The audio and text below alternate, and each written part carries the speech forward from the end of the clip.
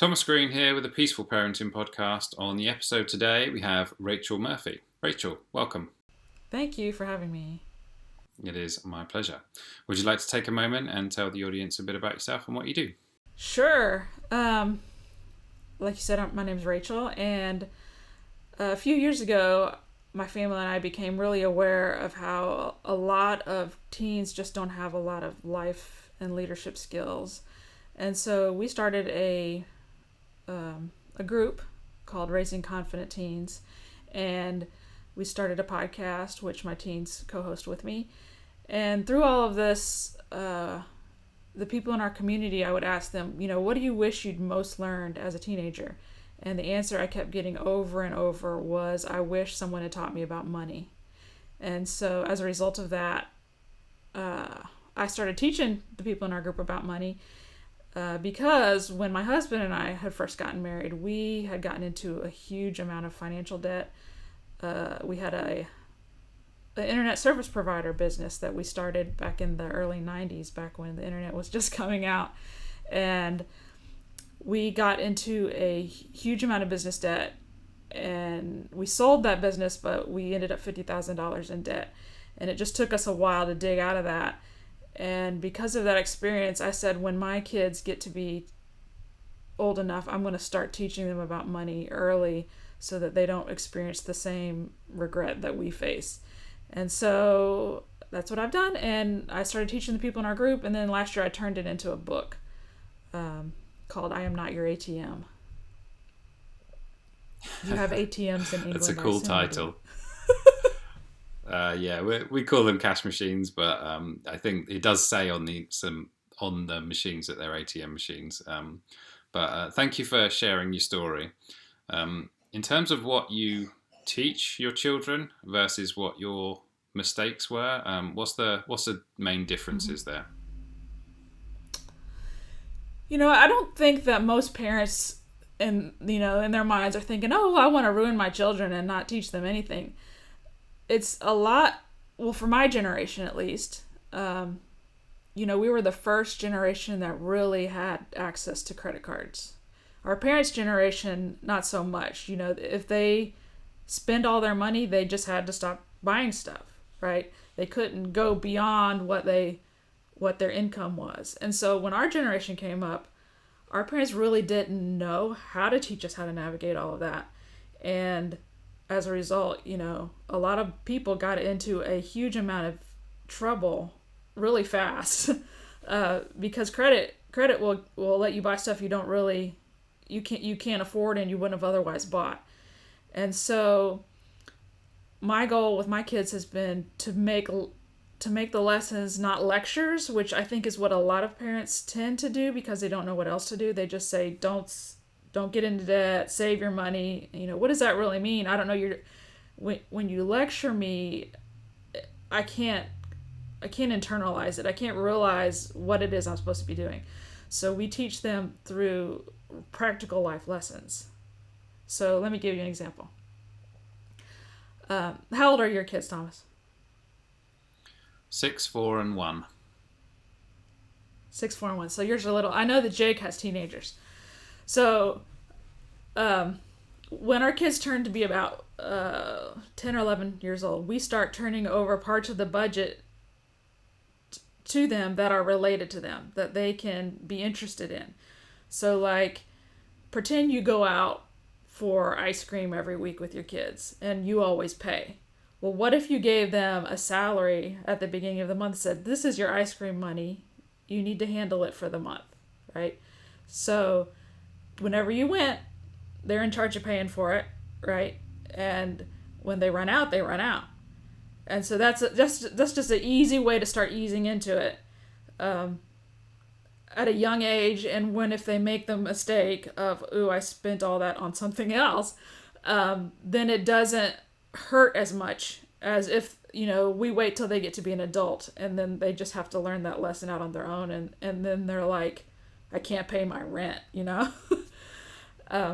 So what we do, we teach them this way, and then every year, we add more categories to their salary and give them a higher salary. So they get a portion of the budget, of the family budget, but it's stuff we would have spent anyway on them, but they're the managers of it instead of us. So instead of continually coming to mom and dad for money, they have a monthly budget.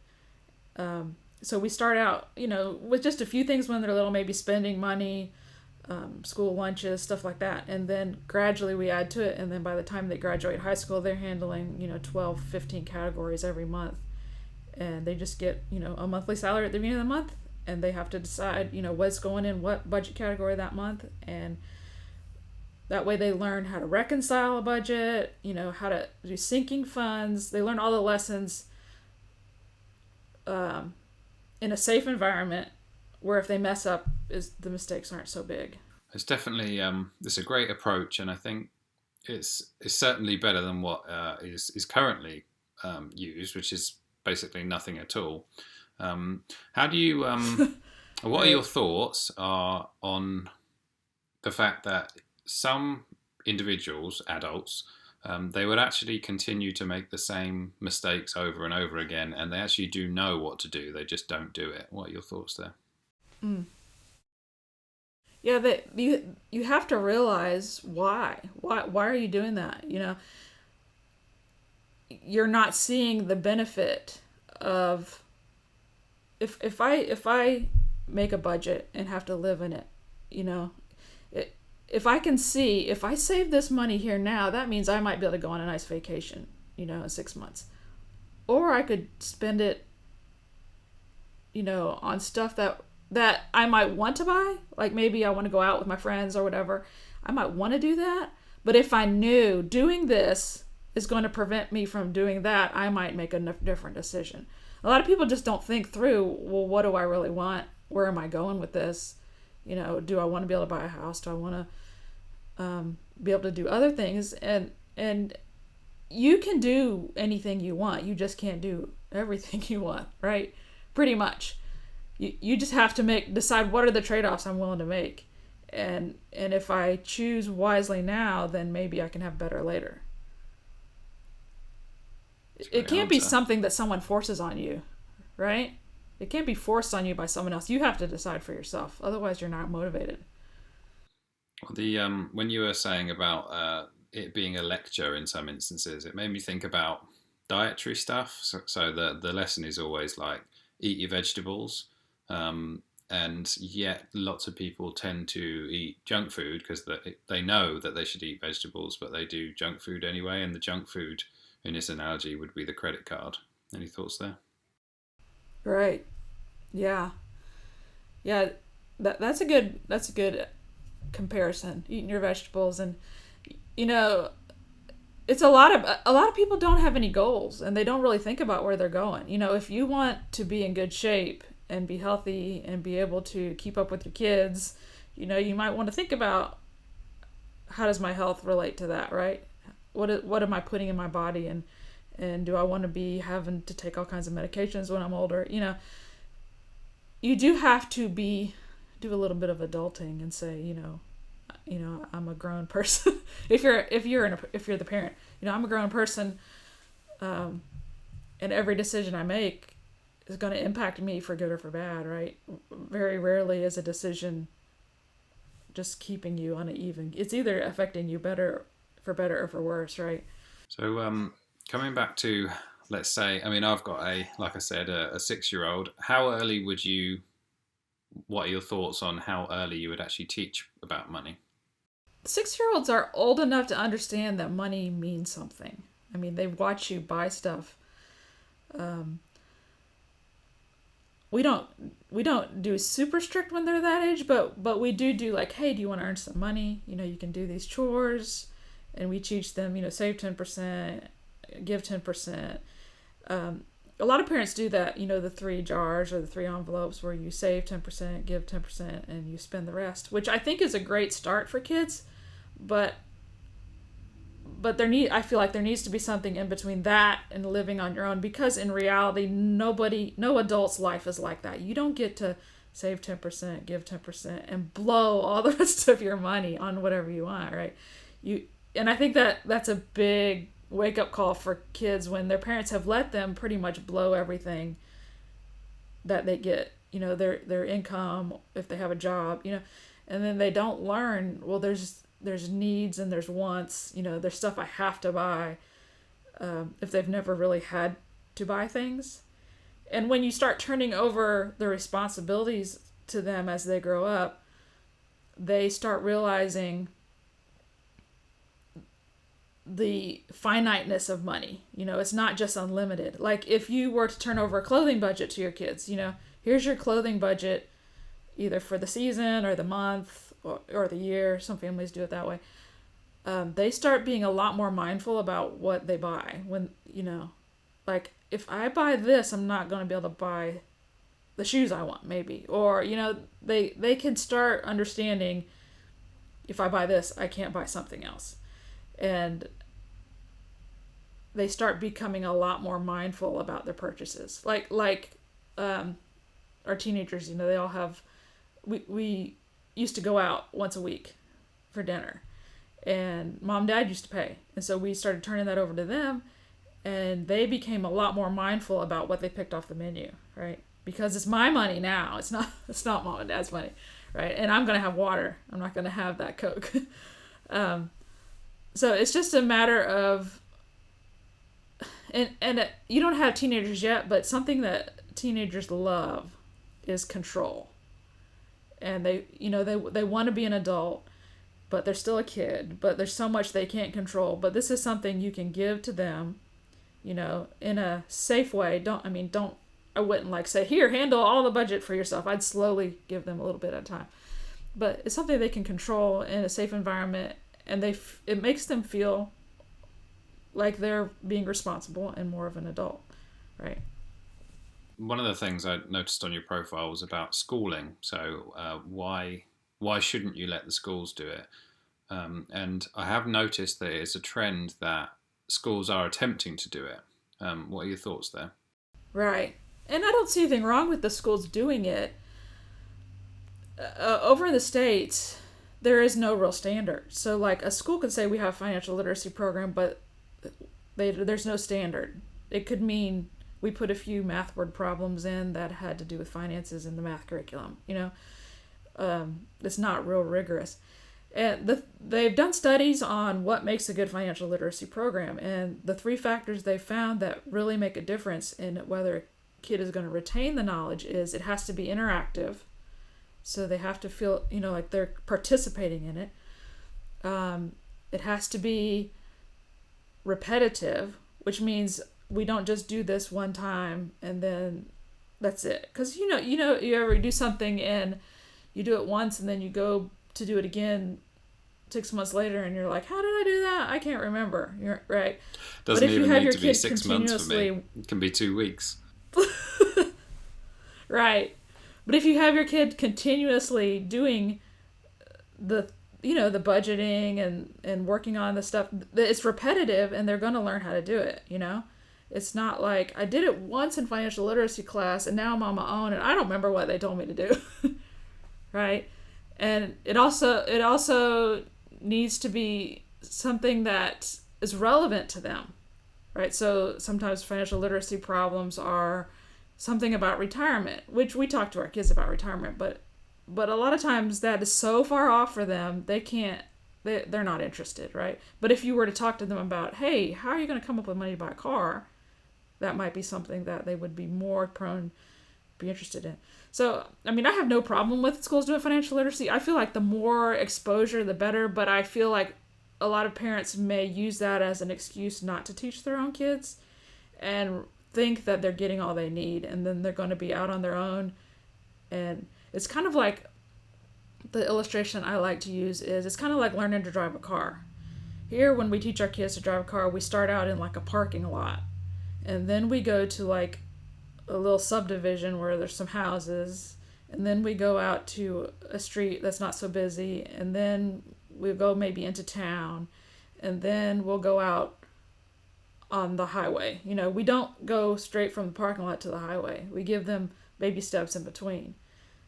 But for a lot of people, the way they teach their kids, they might do a little bit of, let's do save 10%, give them a little bit of lecture and then nothing. And then they're out on their own and they're trying to, they're trying to learn how to adult. They're trying to learn everything at one time: cooking, cleaning, taking care of themselves, and learning how to handle money, right? So I just feel like the sooner we can, and the more exposures we can give them to this skill, the more equipped they're going to be. And it's money makes such a huge impact on so many things, right? And it doesn't matter what your kid is going to do for a living, or who they're going to marry, or how many kids they're going to have, or where they're going to live. They're going to have to deal with money. And I just feel like, let's get them prepared, because we want our kids to have good marriages, and we want our grandkids to have a good family life. And one of the number one reasons people divorce is money.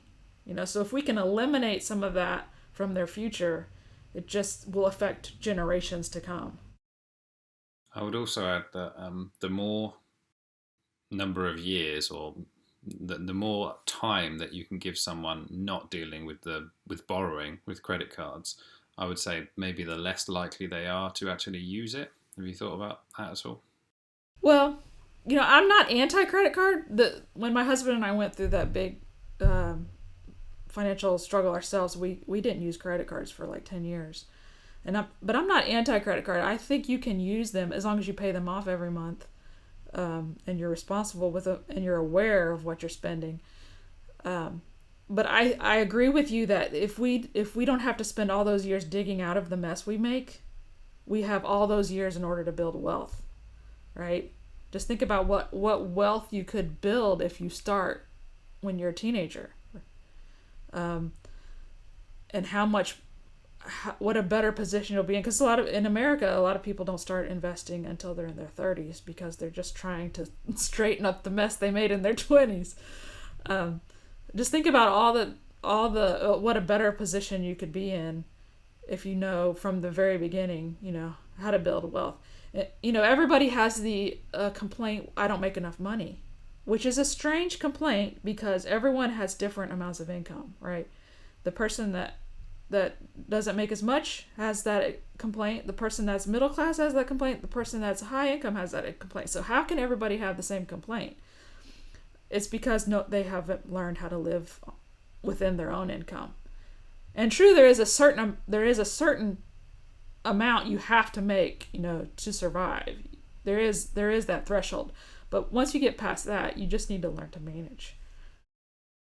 Well, yeah, the investing, should we say, that principle at that age, it comes into the compound interest thing. So if you were to show a teen like a calculator of if they invested a certain amount now, what that would be to them at a particular age, that's going to be a lot more than 10 or 20 years down the line, right?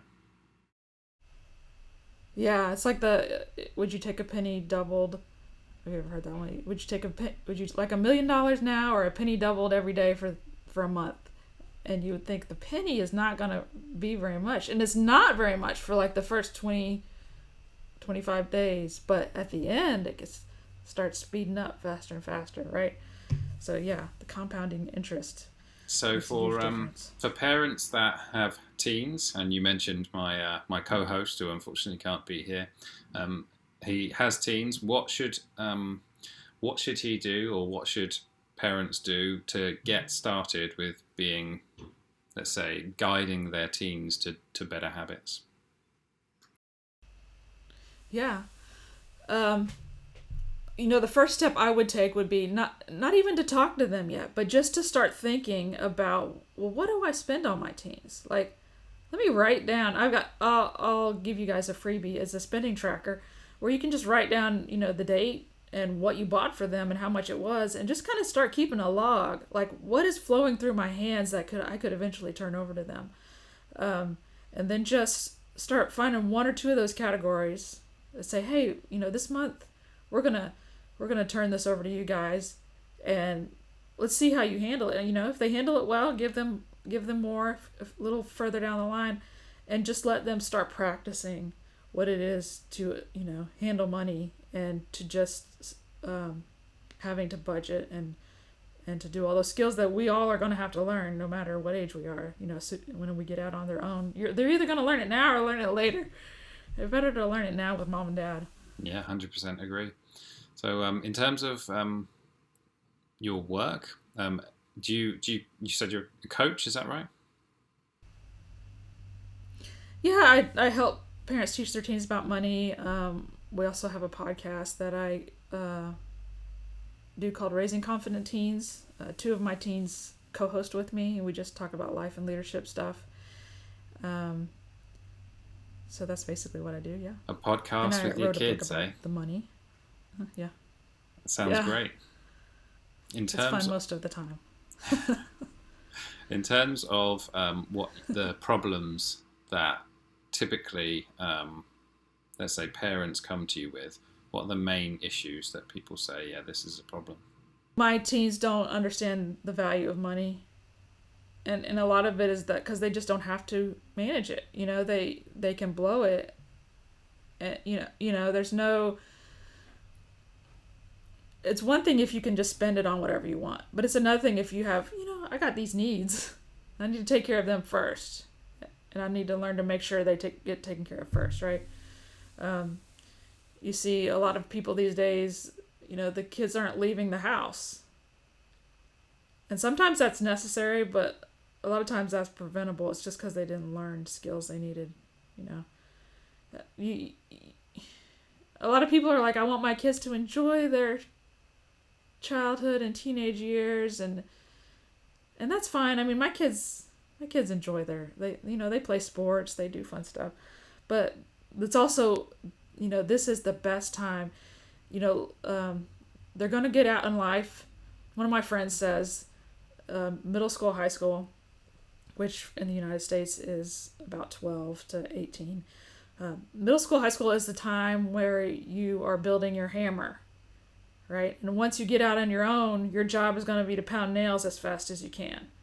Well, if your hammer's made out of spitballs and, bubble gum, it's not going to be able to hammer very well. But if you spend the time really making a hammer, helping them build a hammer that's made out of oak and hardened steel, by the time they get out, they'll be ready to go, right? They're not going to be fumbling around trying to figure out, well, I don't have a hammer, how am I supposed to build anything, right? So there's balance. You got to enjoy life and have fun with your kids, but there's also, there's a lot of really teachable moments that they can be learning stuff too.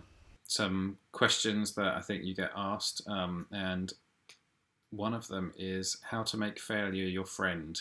What's the teen money context there? We hate to see our kids fail. No parent wants to see their kids fail. But my greatest lessons have come from when I've messed up. The things I most remember and that I can look back on and say, that was a great lesson, was not when I had something great happen and it was all easy and everything went perfectly. The hardest times I went through, were when we went through business failure and when we went through, job loss and layoffs, And I'm not saying you need to give your kids intentionally give them hard times, but don't be so afraid to let them struggle, right? Let them, oh mom, I really want to do this, but I don't have the money. Well, don't be so quick to pull your wallet out and bail them out. Say, how could we solve that problem, right? Is there something we could do? My kids used to like, hey mom, will you throw up a post on social media and say that I'll make these 3 desserts? I'm wanting to raise money for this trip for school. I'll make cheesecake and cookies, and this is how much I'm going to sell them for. And, let them solve their problems, whether money related or other related. Don't be so quick to bail them out, but let them, one of the biggest turning points in my life became, I don't know if I've told you this, but about 12 years ago, my family and we went out on this adventure. We decided we were going to build a log home as a family project, and we had no construction experience. We didn't know anything. We took a 2-day class. That was our whole training. And then we came home and we Googled or YouTubed whatever we needed to do. And there were lots of times that I really wanted to quit, and I'm like, I don't want to do this anymore. But nobody buys half-built houses. So it was basically, you have got to figure this out, and we would hit a wall and be like, we can't, we're stuck, and we would have to figure it out. And that period of my life was a huge turning point because it made me not fear failure so much. Like, it made me realize there are other ways to do things, right? Like, if you hit a wall and you can't figure it out, just think about it, just sit and think about it, or ask for help, or, seek advice, because most everything you can figure out, right? Failure is not a final. Failure is not final. It's just a lesson. I've heard the term failure is feedback, and I think that Yes. applies here. But the example of them coming to you and sort of asking for help, not necessarily for money, but for help to solve a problem, is, I think, progress in and of itself. Because in most instances, maybe they don't talk to you at all. And one of the things I was going to ask you about, because we talked before we were recording, and that was about why families don't talk about money at all. So what are your thoughts there? Yeah, it is a really taboo topic, and I think there's a lot of reasons. Part of it's generational. Their parents didn't talk to them about money. They feel, you can talk to your kids about money and not tell them how much you make. You don't have to tell them all the details, right? You can still have money conversations. I feel like a lot of people, you and I, we talked about how we learned about money and we weren't really taught. And so I think a lot of parents feel like they're inadequate. Like, I don't know that I'm doing it right, right? Who am I to teach my kids? Or they might not be doing it right, And so they feel like, well, I'm failing at this myself. I can't tell them anything. But, the hardest part of money is deciding that you're going to get a hold of it. It's not that much skill. You really don't need a lot of skill with money. It's like 20% skill, 80% behavior. So if you haven't done so well at money, just say, hey, we're going to change that and let's learn about it together. Tell your kids, we're going to learn about it because I want you to succeed where maybe I didn't, or you to go even further than me. Isn't that what we all want for our kids? To do even better than we did? Yeah, I mean, that applies to education for sure. So if there's someone who never went to university or something, then often it's the case that they will insist that their child goes to university. So in a way, shouldn't really be an objection. Have you got any closing thoughts for us today? Yeah, I'd just say, we've all messed up with money. Pretty much anybody who's lived more than 20 years, we've all made money mistakes. And don't let what's happened to you in the past,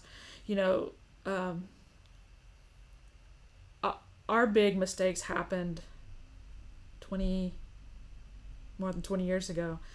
And we were so ashamed of all that we had done, just because, we felt like failures and we were ashamed of what we had done with money. And so we didn't talk about it for 20 years. And it's only been in the last year or two that we really opened up and just told our story and said, hey, we were in a lot of debt and we dug ourselves out. I'm not even sure why we were so ashamed about it, right? Because people mess up. But we had kept it secret for so long. And I had a podcast come out that someone interviewed me on 2 weeks ago, and my aunt called me and she said, why didn't you tell us you were having so many problems? We would have helped you. And part of it was shame, and part of it I'm glad I didn't tell them, because I feel like the whole struggle of digging out was what made us who we are. But our parents didn't know. We didn't tell anybody. Nobody knew what we were going through, and just in telling people and sharing our story, I've met so many people that are like, I'm so glad you told me this. It just helps me. It showing other people where you've messed up, especially if there is a little bit of, it's a little bit down the road.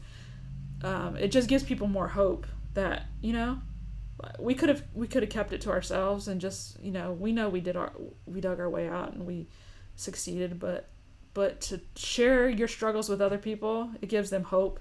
And so don't be afraid if you had a bad story or you had a bad start. Like, that doesn't determine how you're going to end.